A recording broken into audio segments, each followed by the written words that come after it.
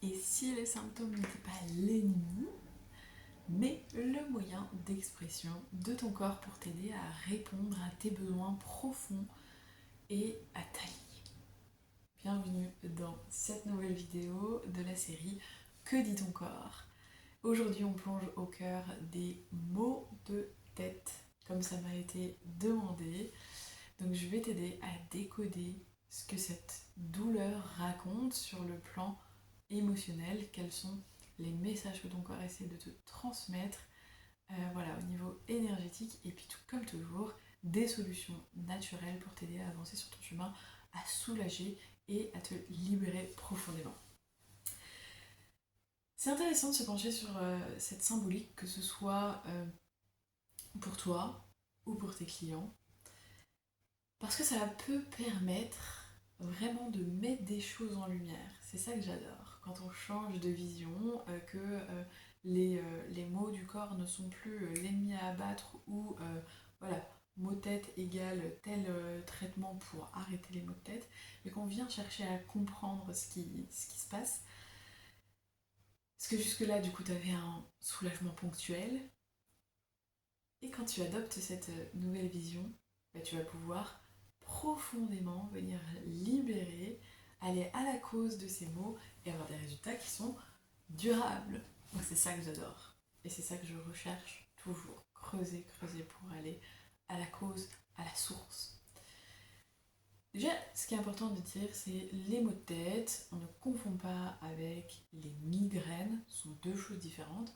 Les maux de tête peuvent survenir en cas de fatigue, fatigue intense. Quand il y a des tensions au niveau des cervicales, ça peut remonter et puis prendre la tête. Ça peut être aussi dû à un déséquilibre hormonal, du stress très très intense, trop d'écran dans une journée aussi, ça peut être quelque chose qui fatigue la vision et donc qui fait mal à la tête. Voilà. À ce moment-là, on va observer du coup une dilatation des artères et puis voilà, une inflammation ponctuelle dans cette zone. Ça, c'est ce qui se passe au niveau physiologique. Et parfois, même quand je suis reposée, même quand je me sens sereine, même quand tout va bien, je suis bien hydratée, etc., bah, la douleur, elle revient. La douleur, elle est là. Et je comprends pas trop pourquoi. Déjà, une question clé à se poser, que j'aime beaucoup, qui est vraiment pas originale, hein. Et en même temps, elle est tellement simple qu'on en oublie le sens profond. Qu'est-ce qui te prend la tête? C'est un truc que je dis à mes clients quand ils me disent j'ai des maux de tête, mais vraiment fréquemment. Ok, mais qu'est-ce qui vous prend la tête en fait? Et c'est une question que je me pose maintenant, dès que je sens que le mal de tête commence à venir. Ok, et du coup je vais pouvoir travailler là-dessus. C'est une première piste. Qu'est-ce qui te prend la tête? Les maux de tête, ils peuvent être un signe que je suis dans un effort de suradaptation. Je m'efforce de faire telle chose alors que ça ne me convient pas. Ou je m'efforce d'être telle personne de telle manière alors que ce n'est pas moi. Comme si je portais un masque en fait. Sauf que ce masque, il pèse lourd au fil du temps. Et donc, ça peut être un message, des mots de tête de là, tu n'es pas aligné, ce n'est pas toi, reviens à toi, retire ton masque et ose dire non, je préférerais faire ça, moi je fais de telle manière. Vraiment. Il peut y avoir aussi une anxiété sous-jacente. Toujours voilà, dans l'anticipation, à imaginer des scénarios catastrophes, à avoir peur de faire certaines choses, peur du résultat. Et en un sens, de trouver un refuge dans ces maux de tête. Les maux de tête deviennent le refuge qui m'empêche de me mettre dans une situation inconfortable. Je devais sortir ce soir aller rejoindre des amis au restaurant et puis il y a des personnes que je ne connais pas, c'est dans un lieu que je ne connais pas. C'est hyper inconfortable. Et je suis tellement... Ça me fait tellement peur, c'est tellement hors de ma zone de confort que presque, je mets des guillemets parce que le but c'est pas du tout de se culpabiliser, mais inconsciemment, je crée ces mots de tête. Et comme ça me fournit une excuse valable pour en plus ne pas avoir à dire bah non, je le sens pas, je vais pas venir ce soir. Encore une fois, aucun jugement à avoir, ni envers soi, ni envers l'autre. Enfin, c'est absolument pas le but de cette vidéo. Vraiment, le but c'est juste de mettre le doigt, de mettre la lumière sur des petites choses qui peuvent vraiment te changer la vie derrière. Les mots de tête, ils peuvent aussi te dire ben, j'aime bien n'en faire qu'à ma tête. Et donc, dans ce sens, je refuse la spontanéité. La spontanéité qui est un élan du cœur, je la mets de côté et je la remplace par une certaine rigidité. La rigidité de voilà, j'ai besoin de tout planifier à l'avance, j'ai besoin de savoir, de contrôler, d'analyser. Et au lieu d'écouter mon cœur, je fais travailler ma tête. Et donc, en ce sens, je n'en fais qu'à ma tête. Et ma tête surchauffe au bout d'un moment. Ma tête surchauffe et je me retrouve avec des maux de tête, avec ces choses qui me prennent la tête parce que ça me prend la tête de toujours être dans le contrôle. C'est difficile, c'est fatigant, on rentre un peu dans un cercle vicieux, mais vraiment, je résiste au changement, je résiste à la nouveauté, je m'entête, je m'obstine, je tiens tête pour rester en zone connue. J'utilise de moins en moins le terme de zone de confort parce que c'est plutôt une zone de connu qui peut être très inconfortable mais qui est toujours plus confortable, plus facile que la nouveauté, que voilà, l'insécurité que je peux ressentir dans une nouvelle situation. Et ça peut être quelque chose aussi, un indicateur qu'envoient les mots de tête. Ce message de peut-être que je devrais me reconnecter à mon cœur, à ce que je veux vraiment, et juste laisser faire un petit peu les choses. Ce qui est pas simple, on va pas se mentir, c'est pas simple. Première chose déjà, c'est de se mettre en sécurité, de ressentir la sécurité à l'intérieur de soi pour pouvoir faire confiance à ces élans du cœur. En fonction de la zone des maux de tête, c'est plutôt au niveau des tempes, c'est plutôt au niveau du front, on pourra observer quand même des petites variations, notamment sur les domaines de vie, on va dire. Ça, je tiens du travail de Jacques Martel, qui a fait un travail vraiment extraordinaire. Et donc, au niveau du front, on va plutôt être dans ce qui est le travail ou les relations sociales, vraiment tout ce qui est à l'extérieur plutôt de chez moi. Mes maux de tête sont ressentis au niveau du front, on est plutôt là-dessus, au niveau professionnel ou relations sociales, en dehors de la famille. Quand on est situé plutôt au niveau des tempes, vraiment où ça prend sur les côtés, là c'est plutôt au niveau émotionnel, dans la famille, avec les proches, le couple aussi, vraiment tout ce qui est au plus proche de soi.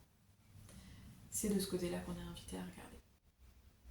C'est intéressant aussi d'avoir ça. Et prendre conscience de ça, c'est vraiment un énorme premier pas vers la résolution. Vraiment. Maintenant, je propose de passer aux solutions naturelles.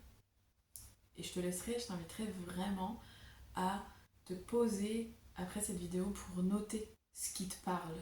Qu'est-ce qui a résonné pour toi? En essayant de mettre le mental en pause. Juste, voilà, un peu te connecter à ton cœur et de voir qu'est-ce qui résonne pour toi dans tout ce que j'ai dit juste avant. Donc, solution naturelle pour apaiser les maux de tête et rétablir l'équilibre pour, voilà, des résultats, une libération qui est durable. Déjà, tu peux réaliser un exercice de visualisation en respirant profondément et en fermant les yeux. tu vas t'imaginer au milieu d'une clairière qui est envahie par la brume. Tu vois même pas tes pieds, tellement la brume elle est épaisse. Et à chaque inspiration, tu te visualises inspirer la confiance et la clarté. Et tu peux le dire dans ta tête. J'inspire la confiance et la clarté. Et à chaque expiration, la brume se dissipe un petit peu plus.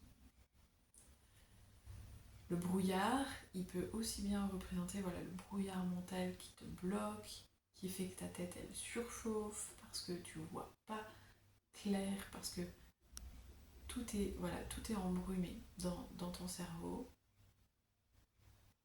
Et donc, il peut aussi représenter le masque que tu portes, la brume qui te cache, qui cache ton véritable toi.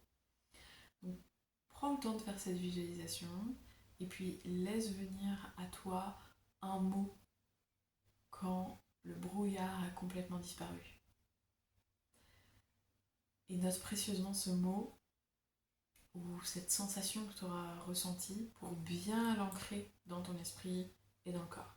Cette visualisation, tu peux la faire quand les maux de tête sont là, qui sont pas encore très intenses, mais tu peux la faire aussi et surtout si tu as tendance à avoir des maux de tête qui sont chroniques en fait, de faire ça en préventif, je dirais, plutôt, pour libérer justement ce qui pèse sur la tête.